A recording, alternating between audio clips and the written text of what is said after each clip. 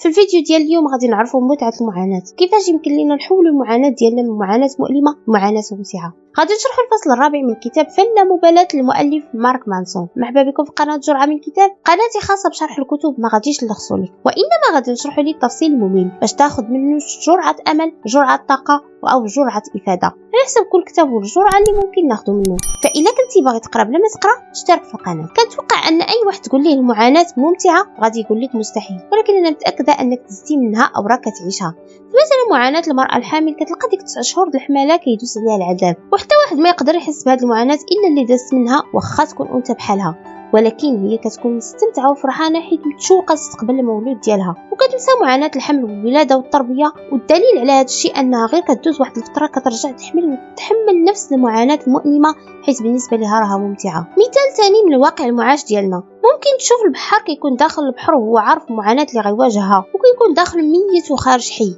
ولكن المتعه اللي كيحسوا بها البحار وهما كيجبدوا الشبكه من البحر عامره حوت ما غتحسش بها واخا تبقى مرتاح في البر. وبزاف النماذج ديال المعاناه اللي في حقيقتها هي مؤلمه، ولكن اللي كيدوز منها كيحس بمتعه. مارك مانسون في الفصل الرابع من كتابه حاول يوصل لنا هذه الفكره من خلال قصه الملازم هيرو اونودا.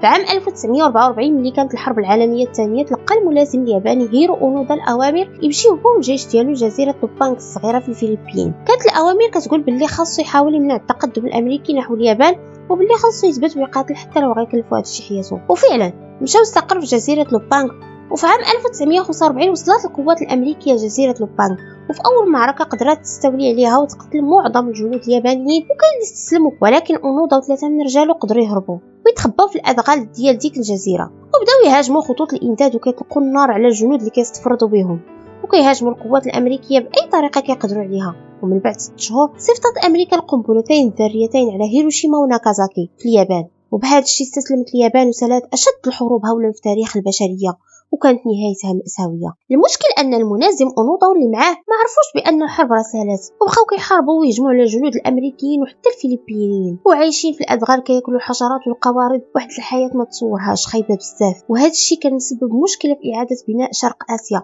من بعد الحرب. اتفقوا الحكومات اليابانيه والامريكيه وداروا منشورات ورقيه وبداو كيرموهم في الادغال. ملي لقى اونودا واللي معاه هاد المناشير قال لهم هذا غير فخ وغير بغاو يشدونا، وهذا الشيء ما منه والو. وكمل في الحرب ديالو، دازت 5 سنين وكاع الجنود الامريكيين رجعوا لحياتهم الطبيعيه، وهو باقي في دماغه ان الحرب كاينه، لدرجه ان السكان ديال ديك الجزيره بغاو يرجعوا لحياتهم الطبيعيه اللي كانت معتمده على الزراعه وصيد الاسماك. ولكن هيرو اونودا كاين تما، ومخبي اللي لقاه يقتلو، واللي زرع الارض ديالو يحرقها ويحرق المحصول وياخذ المواشي الا كانوا كيرعاو، واللي بغى يقرب للادغال كيقتلو. وبسبب هذا الشيء رجعوا عاوتاني يديروا منشورات جديده باش يفهم باللي الحرب راه سالات. كتبوا لهم خرجوا راه الحرب سالات، راه تهزمتوا خرجوا بركه. ولكن مع من عاود قال لهم اونودا راه غير فخ هذا، وبغاو يقتلونا، وبقى مستمر في الحرب ديالو. وفي عام 1952 بعد 7 سنين من انتهاء الحرب، تصور معايا انتهت الحرب العالميه 7 سنين وهو باقي متصور ان الحرب كاينه، دارت الحكومه اليابانيه اخر محاوله باش تخرج اونودا واللي معاه، ورماو صور ورسائل لعائلتهم ورساله من الامبراطور الياباني كانوا كيدوزوا من فوق الادغال بالطائره ويرميوهم.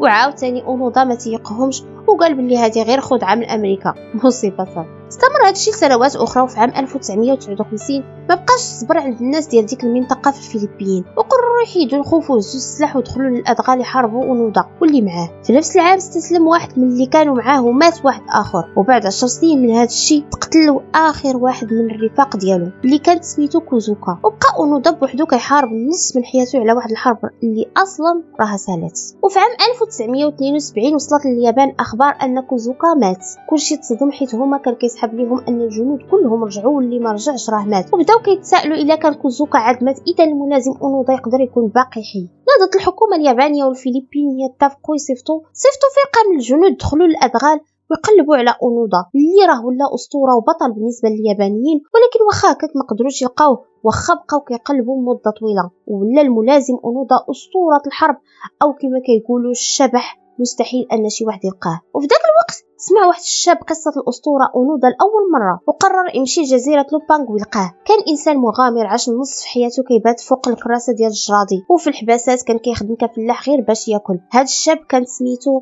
نوريو سوزوكي. قال لهم ان من بين الاهداف ديالي انني نلقى هاد اونودا، واخا ضحكوا عليه وقالوا ليه حتى الا لقيتيه غيقتلك وما غيعرفكش باللي انت ياباني، ولكن هو صمم ودخل يقلب عليه.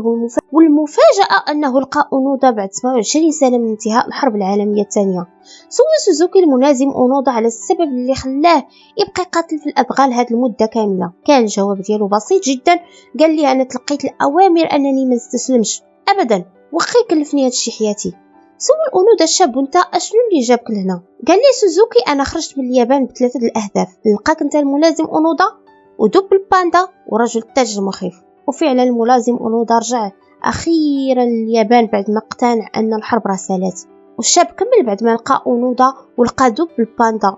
من بعد سنين مات في قمه جبال الهيمالايا وهو كيقلب على رجل التاج المخيف. كيقول مارك مانسون كيفاش الانسان يمكن يدوز حياته كامله في معاناه من اجل قضيه وحده او قيمه كاينه في الداخل ديالو فقط. عرفتوا العجيب في الموضوع ان اونودا من بعد ما رجع قال في لقاء صحفي انه ما ندمش على الاختيار ديالو وبلي هو فخور بالوقت اللي دوز في ديك الغابه.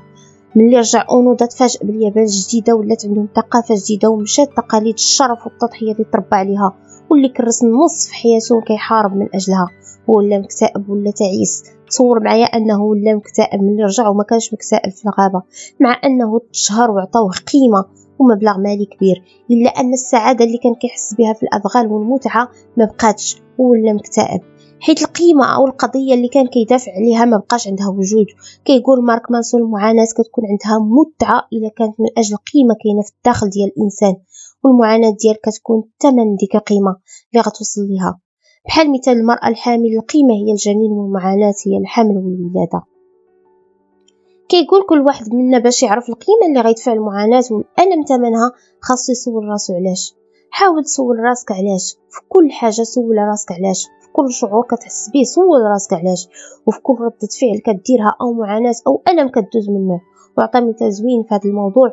كيقول انا كنت مقلق بزاف من خويا حيت ما كيجاوبنيش على الرسائل ديالي، حيت يمكن ما كنهموش، حيت كنت كنهمو غادي يخصص ليا غير 10 ثواني باش يجاوب على الرساله ديالي. كيقول ملي كتوصل لهنا كتولي عندك قيمه ومقياس باش كتقيسها. القيمه هي علاقه الاخوه والمقياس هو التواصل.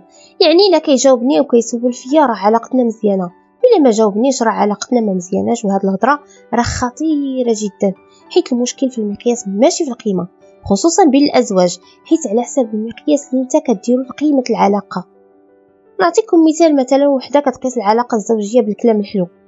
مثلا الراجل مهلي فيها وموفر لها كل شيء ولكن ما كيعرفش كيعبر بالافعال ماشي بالكلام، ولكن حيت هي المقياس اللي دايراه بالكلام الحلو واخا يدير اللي دار دائما كيبقى مقصر في العلاقه، والعلاقه كتبقى ما مزياناش حيت راه المشكل في المقياس. وهذا غير مثال خارج الكتاب، وهذا الشيء راه غتطبقوه في علاقتكم بوالديكم وعلاقتكم بالاصدقاء ديالكم. وانا ملي قريت هذا الكلام اكتشفت انني كنخدم مقاييس غالطه مع بزاف ديال الناس في حياتي. كيسحب ليا انهم مقصرين في الحق ديالي حيت ما جاوش على المقاييس اللي دايره انا في حقي، وهذا الشيء راه ماشي بصح. ونرجعوا للمثال ديالنا، يقدر يكون الاخ ديالك كيبغيك بزاف وإلا احتاجيتيه يفديك بروحه، ولكن ماشي بالضروره كل سيمانه يهضر معاك او لا يجاوبك على كل رساله. وممكن العلاقه الزوجيه تكون ناجحه جدا وبسبب المقياس اللي حطيتي تبان لك فاشله. فرد البال من المقياس اللي ممكن يخسر القيمه، وبدا تسول راسك باش تعرف واش المقياس اللي حطيتي صحيح لاهدافك والعلاقاتك في كل حاجه، الاهداف والعلاقاتك لكل حاجه في حياتك. وإلا لقيتي بلي تحسين المقياس كيبدل النتيجه للاحسن فغير مقاييسك، حيت ممكن تكون غلط. واعتبرك واحد المثال واقعي بقصه لواحد العازف جيتار كان داير مقياس خاطئ لقيمه مزيانه في حياته.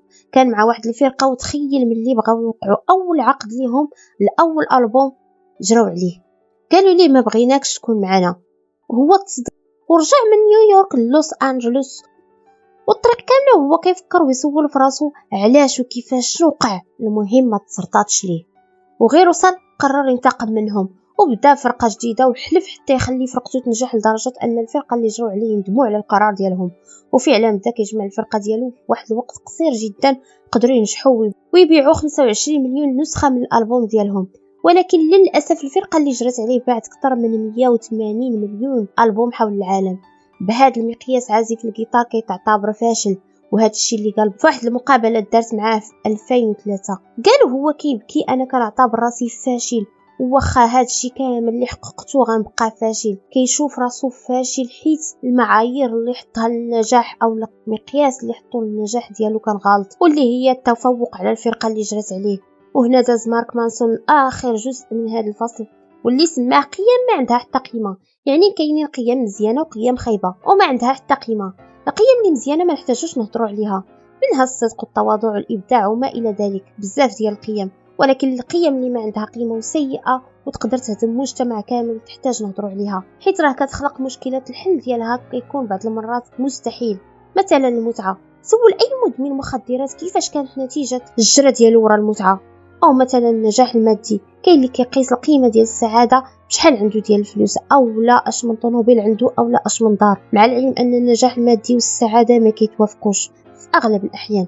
هاد القيم السيئه انت ما تقدرش تحكم فيها. مثلا تكون دائما على حق حيت راه حنا بشر والخطا وارد، فاذا كان مقياس النجاح عندك هو تكون ديما على حق، راك كتحرم راسك من انك تتعلم من الاخطاء ديالك. وبزاف الامثله. هادشي علاش ديما اختار لراسك قيمه مزيانه ومقياس صحيح باش اي معاناه تجيك من هاد القيم تكون ممتعه بالنسبه لك. كيقول مارك مانسون راجعوا القيم ديالكم وراجعوا المقاييس اللي حاطينها لهاد القيم، واختاروا المعاناه والالم اللي تبغيو تعيشوها طول حياتكم، وتفكروا الملازم انوضه اللي بسبب مقياس القيمه اللي حط في عقله عاش نصف عمره في الادغال كياكل الحشرات والزواحف. وتفكر عازف الجيتار اللي حط مقياس غلط على النجاح، وهذا الشيء اللي خلاه يحس حياته كامله اللي هو فاشل واخا حقق نجاح كبير. حتى لهنا تكون سالات جرعه اليوم، نتمنى انها تكون مفيده لكم. وإلا عجبكم المحتوى ما تنساوش تدعموني بلايك وتبارطاجيو الفيديو لاي واحد ممكن يستافد. الى فيديو قادم ان شاء الله. شكرا لكم على حسن الاستماع، وشكرا لكم على وقتكم اللي ما كيتقدرش بثمن. استودعكم الله الذي لا تضيع